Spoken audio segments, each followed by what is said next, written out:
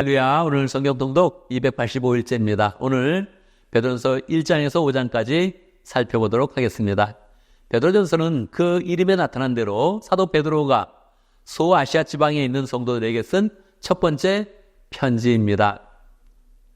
사도 베드로는 예루살렘과 유다 지방에서 복음을 전한 후에 소아시아 지방에서 복음을 열심히 전했습니다. 그리고 지금 사도 베드로는 마가와 함께 로마에 있습니다.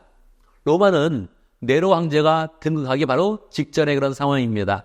계속 신앙인들을 향한 그런 핍박이 있었고 박해가 있었습니다. 그 상황 가운데 소아시아 지방에 있는 그런 성도들을 생각해 보니까 그들도 계속 박해를 받고 신앙을 가졌다는 그런 이유로 여러 곳에 흩어져 살고 있는 것입니다. 그래서 사도 베드로는 1장 1절에서 그들을 부를 때에 흩어져 있는 나그네다 그렇게 부르고 있습니다. 그런데 그는 비관하지 않습니다. 왜냐하면 그들은 흩어져 있는 그런 나그네지만 택하신 족속이다. 하나님께서 미리 아셔서 택하셨고 거룩하게 하시고 영광스럽게 만드실 귀한 하나님의 백성이다. 그렇게 이야기를 하고 있는 것입니다. 사도 베드로는 3절에서 하나님을 찬송합니다. 그들에게 산소망을 주시고 부활시켜 주시고 영광스럽게 변화시켜 주실 그 하나님을 찬양하고 있습니다. 그렇지만 속내는 이미 그들이 박해 때문에 어려움을 당할 것이라는 염려가 있지요. 그래서 1장 6절에 보면 사도 베드로는 그렇게 이야기합니다. 너희가 시험을 당할 때 그냥 기쁘게 여겨라 그렇게 이야기합니다. 여러분 시험을 당하는데 어떻게 기쁘게 여길 수 있습니까? 시험을 통해서 우리는 인내를 갖게 되고 하나님의 그런 능력을 더 풍성하게 경험을 하게 된다는 것입니다.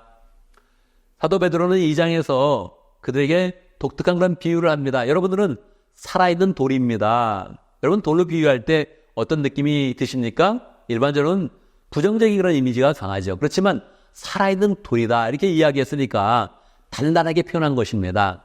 사도 베드로는 예수님도 또한 돌로 표현합니다. 예수님이 원래는 건축자의 버린 돌이 되었었는데 그것이 다시 쓰임을 받아서 이 집의 모퉁이 돌이 되었습니다. 그렇게 이야기하는 것이죠. 모퉁이 돌이 되어서 예수님이 모든 살아있는 돌들을 다 연결시키면서 하나님의 성전이 되었습니다. 그러니 거룩한 그런 백성으로 잘 살아가십시오. 그렇게 이야기하는 것이지요. 베드로전서 2장 9절의 그런 그 말씀 굉장히 중요합니다. 여러분은 택하신 그런 족속이요 왕 같은 제사장이요 거룩한 그런 민족이요 하나님의 소유된 백성이다 그렇게 이야기하죠. 10절의 말씀에 보면 여러분은 원래 하나님의 백성이 아니었는데 지금 하나님의 백성이 되었습니다 그렇게 이야기하죠. 그래서 사도 베드로는 유대인들을 대상으로 쓴 것이 아니라 하나님을 믿으면서 거룩한 백성이 된 우리와 같은 그런 모든 사람들을 위해서 썼다 하는 것들을 알 수 있게 되지요.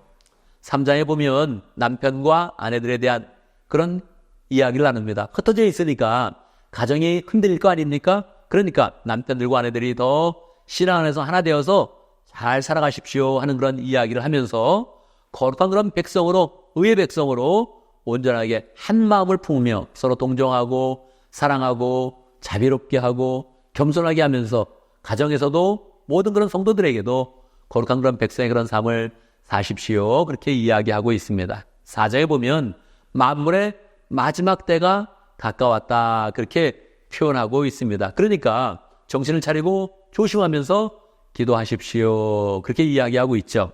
그래서 다시 한번 이 시련에 대해서 강조합니다.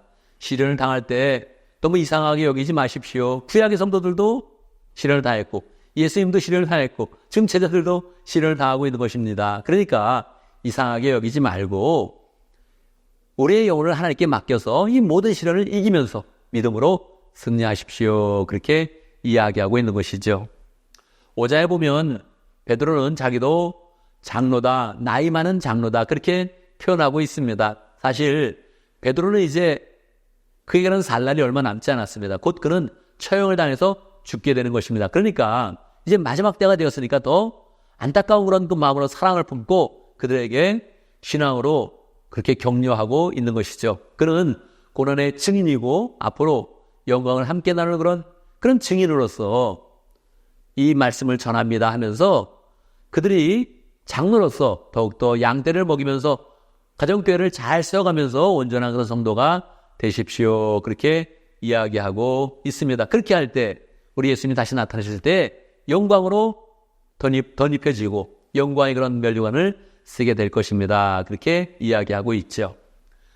베드로전서는 바울과 함께 사역했던 실로아누, 신라가 이것을 써줬습니다. 굉장히 독특하죠? 바울의 통역자가 쓰고 또 바울과 함께 선교했던 그런 마가가 함께 있으면서 이 편지를 쓰고 있는 것입니다. 모든 그런 믿음의 초창기의 그런 사역자들이 함께 통역을 잘하는구나 하는 것들을 알 수 있게 되죠. 여러분, 사도 바울의 그런 심정을 생각하면서 우리도 고난을 이기면서 승리하는 복된 성도가 되기를 간절히 바랍니다.